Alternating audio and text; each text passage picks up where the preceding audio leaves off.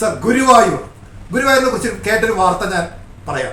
ഗുരുവായൂര് മുസ്ലിം ലീഗിൻ്റെ നിന്ന് കോൺഗ്രസ് തിരിച്ചു മേടിക്കുന്നു. ഒരുപക്ഷെ മുരളീധരൻ തന്നെ അവിടെ സ്ഥാനാർത്ഥിയാകാൻ അങ്ങനെ എന്തെങ്കിലും സാധ്യത ഉണ്ടോ? ഗുരുവായൂർ തിരിച്ചു പിടിക്കുക ഈ നീക്കം വളരെ മുമ്പേ തുടങ്ങിയതാണ്.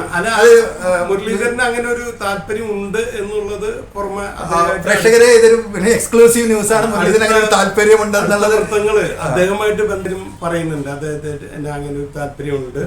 നിയമസഭയിലേക്ക് എന്നുള്ള കാര്യത്തിൽ വലിയ താല്പര്യമുണ്ട്. അതിലുപരിയായിട്ട് അത് ഗുരുവായൂരിനായാൽ കൊള്ളാം എന്നുള്ള ഒരു സീറ്റ്. പക്ഷെ അതിൽ രണ്ട് കടമ്പകൾ. ഒന്ന്, ലീഗ് അത് വിട്ടുകൊടുക്കണം. മുരളീധരനായാൽ ചിലപ്പോൾ ലീഗ് അങ്ങനെ ഒരു ത്യാഗത്തിന് തയ്യാറായേക്കാം എന്ന് നമുക്ക് പ്രതീക്ഷിക്കാം. പക്ഷെ ലീഗ് എപ്പോഴും ഓരോ തെരഞ്ഞെടുപ്പ് കഴിയുമ്പോഴും കൂടുതൽ സീറ്റ് എന്നുള്ള രീതിയിലുള്ള സമീപനമാണ് പുലർത്തുന്നത്. അപ്പൊ അതിൽ വിട്ടുകൊടുക്കാൻ അത്രയും നല്ലൊരു സീറ്റ് വേണം. അതെ, പകരം ഒന്നോ രണ്ടോ കിട്ടിയാൽ അങ്ങനെ കോംപ്രമൈസിന് വിട്ടുകൊടുത്തിട്ട് ഒരിക്കലും നടക്കില്ല. തൃശ്ശൂർ അങ്ങനെ സംഭവിക്കുമെന്ന് തോന്നുന്നില്ല. അപ്പൊ അവിടെയും അങ്ങനെ അത്ര അനായാസം അട്ടിമറിക്കാവുന്ന ഒരു ജനവിധി ഉണ്ടാകാനുള്ള സാധ്യത കുറവാണ്. പക്ഷെ പ്രതീക്ഷാപൂർവ്വം കോൺഗ്രസിന് മുരളീധരനെ പോലെ ഒരു സ്ഥാനാർത്ഥി നിർത്തി ഒന്ന് നോക്കാം. ലീഗ് അവിടെ തന്നെ വീണ്ടും ഒന്നുകൂടി ഒരു അംഗം കുറിച്ചാൽ ഫലം അനുകൂലമാകാൻ ഒരുവിധ സാധ്യത ഇപ്പോഴും ഇപ്പോഴത്തെ രാഷ്ട്രീയ സാഹചര്യങ്ങളിലും ഇല്ല. ആ സീറ്റ് ലീഗിന്റെ എത്രയോ കാലമായിട്ട് ലീഗ് കൈവശം വെച്ചിരിക്കുന്ന സീറ്റാണ്. PKK ബാവ തൊട്ട് മത്സരിച്ച് ജയിച്ച് പോയ സീറ്റാണ്.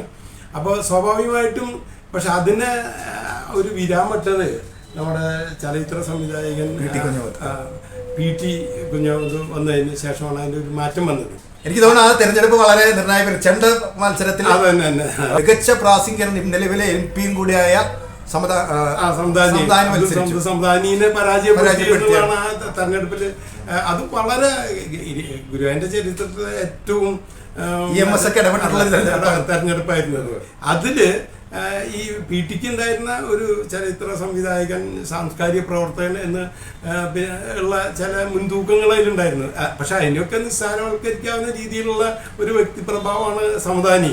ആ സംധാനീനെ തോൽപ്പിച്ചതോടു കൂടി വാസ്തവത്തിൽ അതിന്റെ രാഷ്ട്രീയം തന്നെ ആ മണ്ഡലത്തിന്റെ മാറി എന്നുള്ളതാണ് വസ്തുത.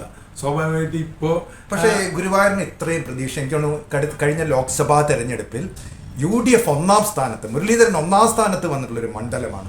അതേ സമയത്ത് തന്നെ സാർ നേരത്തെ സൂചിപ്പിച്ച പോലെ വത്സന്റെ കൊലപാതകത്തിന് ശേഷം അല്ലെങ്കിൽ PPM അവിടെ വളരെ ശക്തം പ്രാപിച്ചിട്ടുണ്ട്.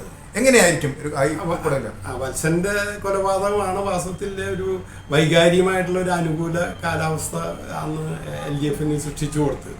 പക്ഷേ ഈ CPI ഈ കോൺഗ്രസിൽ ഇപ്പോഴും അവിടെ പിണക്കങ്ങൾ തീർന്നിട്ടില്ല, ചേരിപ്പോരുകൾ തീർന്നിട്ടില്ല. അത് മുരളീധരൻ വന്ന എങ്ങനെ എന്നുള്ളതാണ് ഒരു ചോദ്യം. ഏതായാലും ഗുരുവായൂരിലെ പ്രതീക്ഷയോടെ UDFനെ സമീപിക്കാവുന്ന ഒരു കൈ നോക്കാം എന്നുള്ള ഒരു അവസ്ഥയിലുള്ള ഒരു മണ്ഡലങ്ങളിൽ ഒന്നാണ് ഗുരുവായൂർ. അതിന്റെ പ്രത്യേക സാഹചര്യത്തിൽ